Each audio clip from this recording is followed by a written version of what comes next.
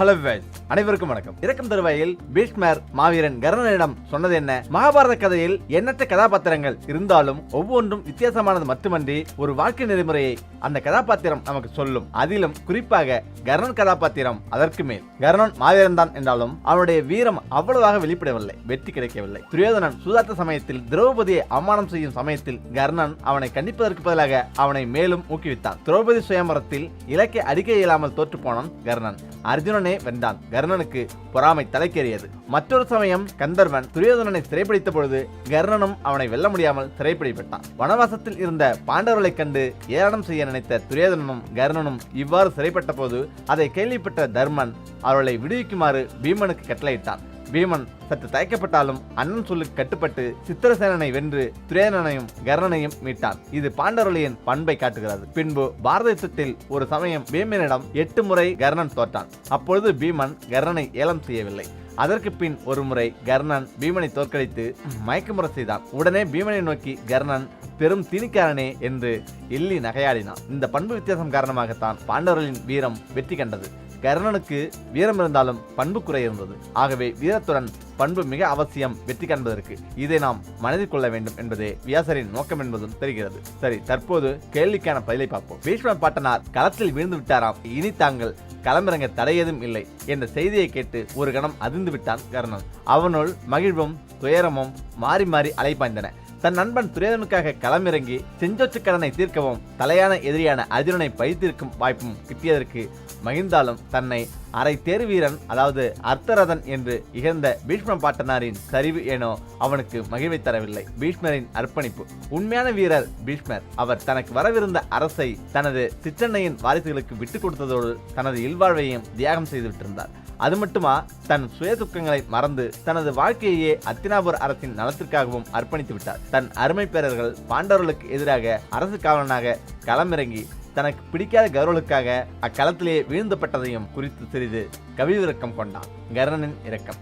எப்படி பீஷ்ம பாட்டனார் இறந்தார், அந்த மாவீரரை வீழ்த்தியது யார் என வினவினார். கர்ணபிரபுவே இணையற்ற வீரரான அவரை யார் கொள்ள இயலும்? அரசே, அவரை இன்னும் இறக்கவில்லை, அம்பு படுக்கையில் கிடக்கிறார் என்று பகர்ந்த தூதுவன் மேலே தொடர்ந்தார். கர்ணபிரபுவே, இணையற்ற வீரரான அவரை கொல்ல யார் இயலும்? ஆண்மையற்ற சிகண்டி அவரை போருக்கு அழைத்து கணைகளை தொடுத்தான். சிகண்டியை பெண் என்று கருதும் பீஷ்ம பாட்டனார் ஒரு பெண்ணிடம் போரிடுவது சத்திரியனுக்கு அழகல்ல என்று வில்லில் நாணேற்றி அம்பை பொருத்த மறுத்துவிட்டார். சிகண்டியை முன்னிறுத்தி பின்னாலிருந்து அவர் உடலை சல்லடை கண்களாக துளைத்து எடுத்து விட்டான் அர்ஜுனன். சிகண்டியுடன் தான் நீங்கள் போரிட மாட்டீர்கள், அர்ஜுனனிடம் போரிடலாமே என்று துரோணாச்சாரியார் முதல் பலரும் எடுத்து சொல்லியும் சிகண்டி முன்னிருக்கும் வரை யாரிடமும் போரிட மாட்டேன் என்று மறுத்துவிட்டார்.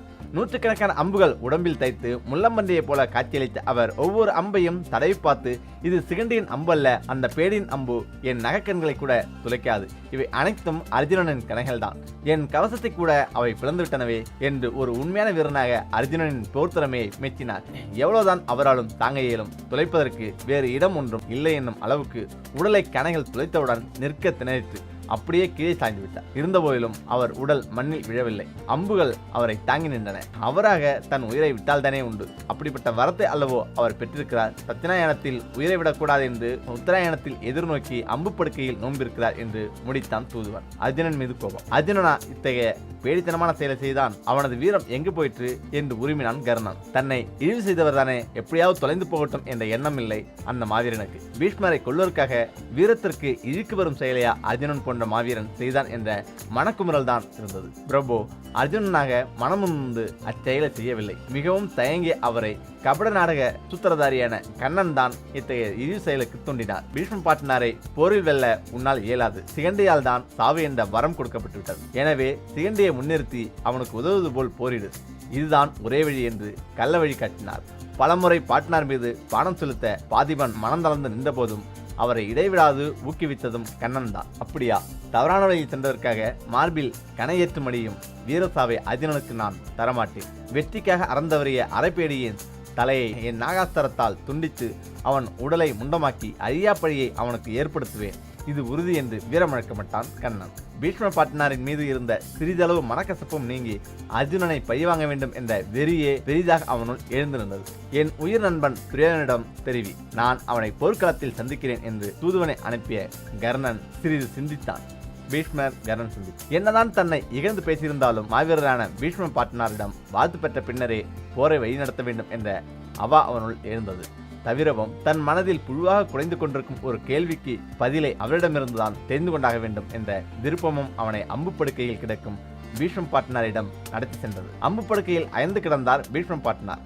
அவரது தலையை 3 அம்புகள் தலையணையாக தாங்கி நின்றன. அந்த நிலையிலும் அவரது முகத்தில் அமைதியான வீர ஒளி மிளிர்ந்து கொண்டிருந்தது. கௌரவர்களும் பாண்டவர்களும் அவரை சுற்றி நின்று கொண்டிருந்தனர். அனைவரின் முகங்களிலும் சொல்லனா சோகம் குடிக்கொண்டிருந்தது. கர்ணனின் வரவை கண்டு துரியோதனனின் முகம் சற்று மலர்ந்தது. நண்பனை மார்போடு சேர்ந்து ஆறத் தழுவி வரவேற்றான். பீஷ்ம பாட்டனாரோ ராதையின் மகனும் துரியோதனனின் உயிர் நண்பனும் அங்கநாட்டு அதிபனுமான கர்ணன் தங்களுக்கு என் வணக்கத்தை தெரிவித்துக் கொள்கிறேன். தங்களது வீர சாகசங்களை நேரில் கண்டு களிக்கும் வாய்ப்பில்லாமல் போனது எனது துர்பாக்கியம் என பணிவுடன் வணங்கினான் கர்ணன். நலமுண்டாகட்டும், நல்ல வீரனாக நல்வீரனாக திகழ்வாயக என்று அவனை வாழ்த்தினார் பீஷ்மர். கர்ணன் முகத்தில் ஊடாடிய உணர்ச்சிகளை உற்று நோக்கிய பீஷ்மர், நான் கர்ணனிடம் சிறிது தனியாக பேச வேண்டும், நீங்கள் சற்று விலகி இருப்பீர்களாக என்று அனைவருக்கும் அன்பு கட்டளை விடுத்தார் அவர். அரைமனதுடன் அனைவரும் அகன்று நின்றனர். என்னால் இயன்ற அளவுக்கு கௌரவர்களுக்கும் அத்தினாபுர அரசுக்கும் காவலனாகவும் படைத்தலனாகவும் இருந்து என் கடமை செய்துவிட்டேன். அறியா சிறுவனான துரியோதனனுக்கு இனி நீ காவலனாக மட்டுமல்லாமல் உயிர் நண்பனாகவும் அறிவு சொல்ல வேண்டும் என்று மெலிந்த குரலில் அன்பு கட்டளையிட்டார் பீஷ்மர். பாட்னரே, அப்படியே செய்கிறேன். இந்த போரில் வெற்றி வீரனாக திகழ வேண்டும் என்று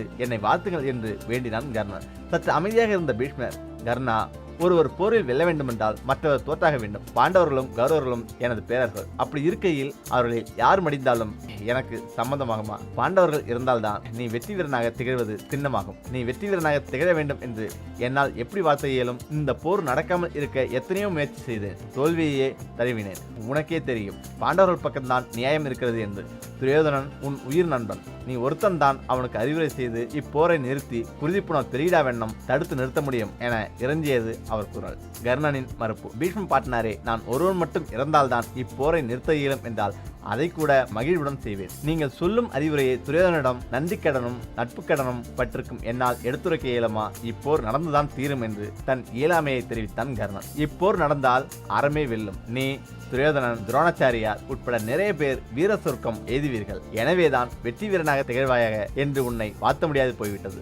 இருப்பினும் உனது வீரம் இவ்வுலகம் உள்ளவரை அனைவராலும் புகழப்படும் என்று நான் வாழ்த்துகிறேன் என்ற பீஷ்மரிடம் நான் அதை அறிந்து கொண்டேன் என்று பதிலிருந்து விட்டு தயங்கி நின்றான் கர்ணன். கர்ணா, கடைசியாக உன்னிடம் சொல்ல வேண்டியது இன்னும் ஒன்று இருக்கிறது. பாண்டவர்கள் அணியில் அர்ஜுனன் ஒருவன் தான் உனக்கும் எனக்கும் இணையான வில்லாளியாவான். அவனை எதிர்த்து போரிட ஒரு பீஷ்மனோ அல்லது ஒரு கர்ணனோ தான் கௌரவர்கள் அணியில் இருக்க வேண்டும். அதுதான் யுத்த தர்மமாகும். ஒரே சமயத்தில் நாம் இருவரையும் எதிர்த்து போராடும் நிலைக்கு அர்ஜுனனை உட்படுத்துவது அதர்மமாகும். கௌரவர்களின் படைத்தலைவனாக தேர்ந்தெடுக்கப்பட்ட நான், யுத்த தர்மத்தை என்றுமே மீறாத நான் எப்படி அதை செய்ய இயலும்? இந்த விளக்கத்தை அனைவரின் முன்னரும் சொல்லி போரில் கலந்து கொள்ளாதே என்று கௌரவர்களின் படைத்தலைவனாக உனக்கு நான் எப்படி ஆணையிட முடியும்? எனவேதான் என் மனதை கலாய்க்கொண்டு பெரும் தேர்வீரனாகிய அதிரதன் உன்னை அரை தேர்வீரன் அர்த்தரதன் என்று இகழ்ந்தேன். நீயாகவே இந்த பீஷ்மர் போர்க்களத்தில் இருக்கும் வரை நான் போரிட மாட்டேன் என்று சூளுரைக்க செய்துவிட்டேன். அதற்காக இந்த கிழவனை கடைசி வரை வீரனை இனம் கண்டுகொள்ள இயலாத கயவன் என்று முடிவு செய்து விடாதே கர்ணா என்று தழுதழுத்த குரலில் வேண்டினார் பீஷ்மர். அப்படியே நெகிழ்ந்து போனான் கர்ணன். பீஷ்ம பாட்டனாரே, என் மனதை புழுவாக குடைந்து கொண்டிருந்த கேள்விக்கு விடையளித்து விட்டீர்கள். எப்போது என்னை தங்களுக்கு இணையான வீரன் என்று சொன்னீர்களோ அப்பொழுதே என் மனம் பெருமிதத்தில் திளைத்து மகிழ்ச்சி கடலில் திக்குமுக்காடுகிறது. தங்களிடமிருந்து இதைவிட சிறந்த வாழ்த்து வேறென்ன கிடைக்கக்கூடும்? வீரனுக்கு வீரனாக என்னை நீங்கள் உயர்த்தியது இப்பிறவியில் என கிட்டிய பெரும்பேரே ஆகும். நான் புகழோடு வீரமரணம் எய்தும்படி வாழ்த்துங்கள் என்று வேண்டி நின்றான் கர்ணன். இரு கரங்களையும் உயர்த்தி அவனை வாழ்த்தினார் பீஷ்ம பாட்டனார். அவரை வணங்கிவிட்டு தான் விழப்போகும் போர்க்களத்தை நோக்கி தெளிந்த மனதுடன் நடந்தான் மாவீரன் கர்ணன்.